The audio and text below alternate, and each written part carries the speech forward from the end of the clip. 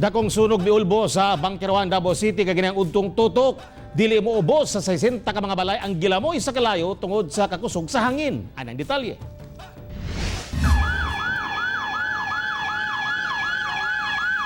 Pinaspasay ang pagresponde sa kabumberohan human ni Ulbo ang dakong sunog sa Brayco sa Bangkiroan alas 11 kaganyang buntag. Gituyukan gilayon sa kabumberohan ng area aron makontain ang sunog ug dili na mukatay pa.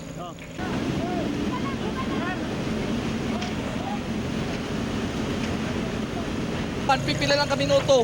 Yan na kadako ang sunog sa may Bangkirohan. Diin na ang mga balay dama lang sa light materials. Dungagan pa sa kakusog sa hangin. Kani sa karon iyahay na. Doon na mga pagbuto-buto sa mga kabalayan o kakaso. Dini sa palibot. Hastang ituma na.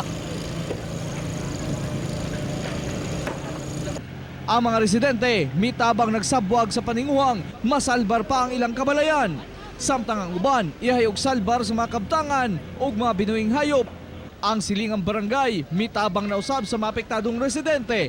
Kay basig maapil sa basayang kayong stocks, oo. Kusog siya. Actually, sir, dili ba ko taga dire pero tabang lami sa katapan ng mga barangay manggod. Swerte ang uban kay wala naabot sa ilahang sunog. Pero ang naabo ang balay, igo na lang sa paghilak. Wala kay ang balay na nasunog amuan na ang next.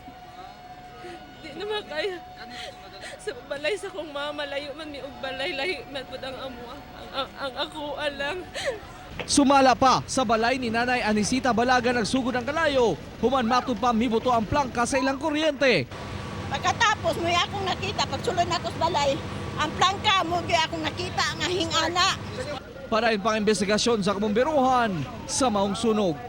Kauban si Melchor Awing sa kamera. Ako, si Rial Soroche para sa One Mindanao.